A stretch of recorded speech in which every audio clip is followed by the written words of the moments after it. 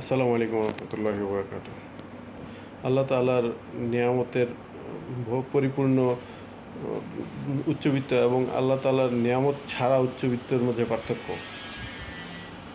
সেদিন একটি ঘটনা দেখলাম যে বাংলাদেশের নামি দামি একটি কোম্পানির মালিকের নাতির নাতি এবং পুতের বউর সাথে সাংবাদিকের সাথে কথা হচ্ছিল।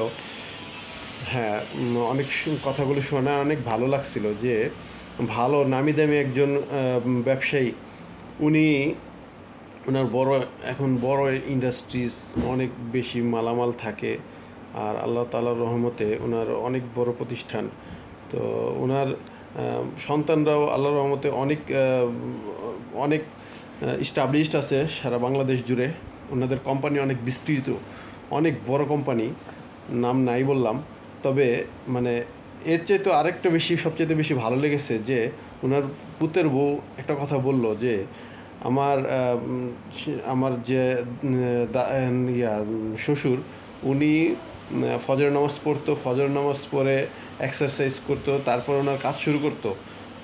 তো ওনার এই এক্সাম্পল দেখে অনেক কিছু বোঝা যায় যে পারিবারিক বন্ধন ওনার পুতের বউদেরকে ছাড়া উনি খেত না। সকালের নাস্তা বা সন্ধ্যার এক্সারসাইজের পরে যে খাওয়া দাওয়া, এগুলো মানে ওনাদের পুতের বউদের ছাড়া উনি খেত না।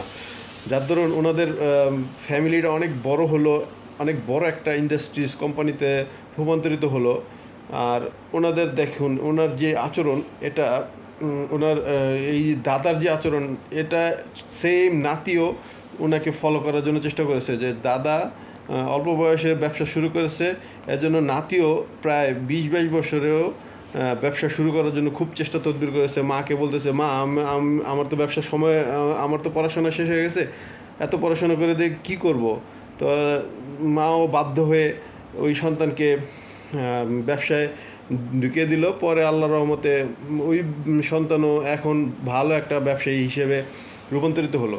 এটা হলো ধার্মিক একটা ফ্যামিলির ব্যবসায়িক রূপান্তরিত হওয়ার ঘটনা। আর অনেক ফ্যামিলিকে দেখা যায় যে অনেক বড় লোক, ধনী ফ্যামিলি, কিন্তু তাদের এরকমও দেখেছি যে 1 লাখ টাকার ভান্ডিল নিয়ে রাত্রেবেলা বের হয়, সারা রাত্র আমোদ ফুর্তি করে, ভোর রাতে পরে টাকা শেষ করে বাসায় চলে যায়।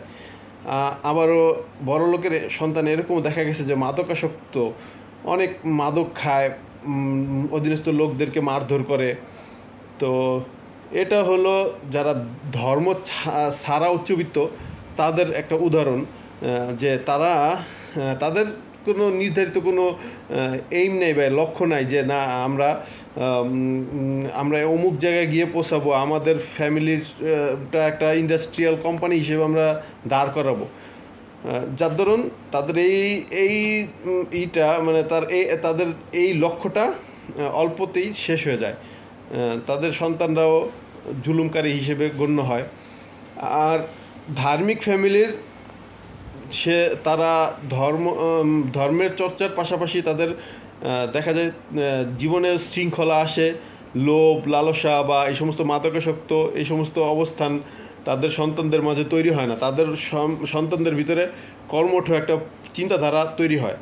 তো অতএব আমি মনে করি যে দুনিয়ার সব ক্ষেত্রেই ধার্মিকতাটাই সর্বাগ্রে মূল্যায়ন করা উচিত।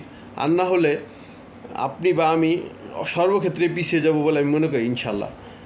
আল্লাহ তাআলা আমাদেরকে টাকা হোক বা না হোক, ধার্মিকতা যাতে অবলম্বন করতে পারি সেই তৌফিক দান করুক, আমিন। ভিডিওটি ভালো লাগলে লাইক, কমেন্ট, শেয়ার করে সাবস্ক্রাইব করে আমাদের সঙ্গে থাকবেন। জাযাকুমুল্লাহু খায়রান ফিদ দারাইন।